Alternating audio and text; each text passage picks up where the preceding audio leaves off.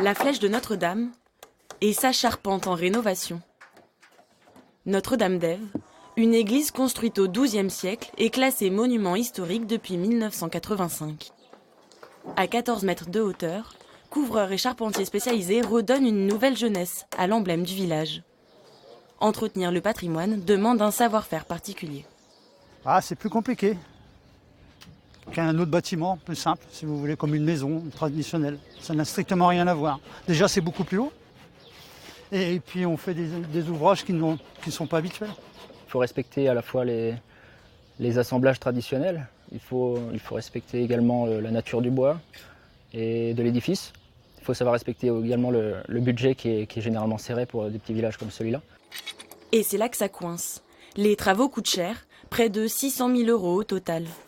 Malgré les aides financières de l'État, la rénovation de l'église est devenue le principal poste de dépense. La commune de 450 habitants a donc dû revoir ses priorités. Ça représente à peu près 7% de notre budget annuel avec un emprunt sur 20 ans, ce qui est considérable. Parce que ça nous grève tout projet de rénovation. On voudrait rénover par exemple les lampadaires, on voudrait rénover les classes, remettre des doubles vitrages. Pour l'instant, on s'abstient de tous ces travaux-là. Au titre de la conservation du patrimoine, préserver cette église est pourtant obligatoire pour éviter qu'elle ne s'abîme davantage. Je trouve qu'en fait, on n'est pas forcément assez aidé. L'État fait ce qu'il peut, mais je trouve que la part qui reste à la charge des communes est vraiment très importante. Un petit village comme tant d'autres, bien seul pour affronter ces travaux de grande ampleur.